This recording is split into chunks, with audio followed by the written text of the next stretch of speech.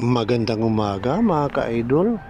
Ayan, nanguha tayo ng kangkong. Ayan doon sa Libsong, puno, sa may parte ng Sagrado, sa dulo ng airport. Ang oras ngayon ay punong-puno, alas 7:44 ng umaga mga ka-idol.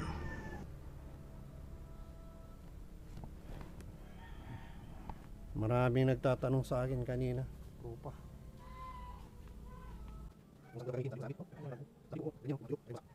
Iayos muna natin sandali yung paglalagyan bago natin tanggalin sa tricycle.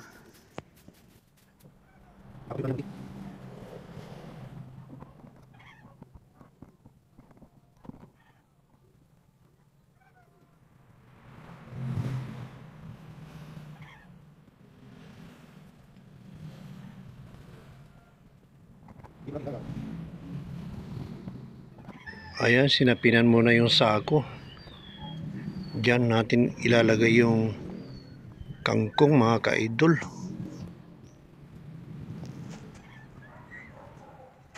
Ayun na. Tinanggal na.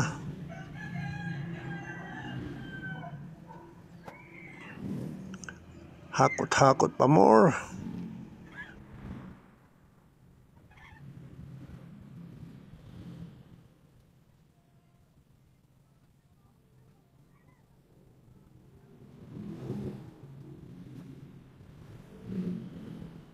Ayan, malapit nang matapos. Sa paghakot, pagtatanggal. Ayan. Mga ka-idol, yung mga bago pa lang sa aking YouTube channel, yung nanonood sa aking mga video, sana huwag kalimutang mag-subscribe, mag-like, mag-share, at mag-comment. At para updated kayo palagi mga ka-idol, pakipindot na rin yung notification bell para updated kayo lagi.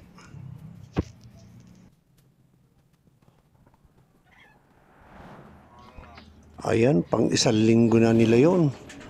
Ayan, natapos na, natanggal. Lilinisan natin ang ating sidecar. Ayun, kangkong na yun. Isang linggo na mga yun.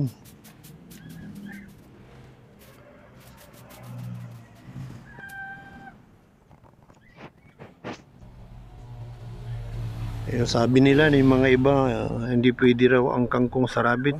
Sa akin, pwede yan. Depende sa pagpapakain. Kasi kung bibigyan mo ng marami, talaga magtatai. Kaya mangyayari yan, konti-unti lang, mga 2 tangkay, ganyan. Maghapon na nila yon. Lahat naman bagay pag sobra talagang masama sa katawan. Kahit sa tao yan, pag nasa pasobra sa nakain, ano man bagay dyan. Ayan, babay na ulit mga ka-idol. Pagod. See you next video. Sunod na naman. Ingat kayo palagi mga ka-idol. God bless.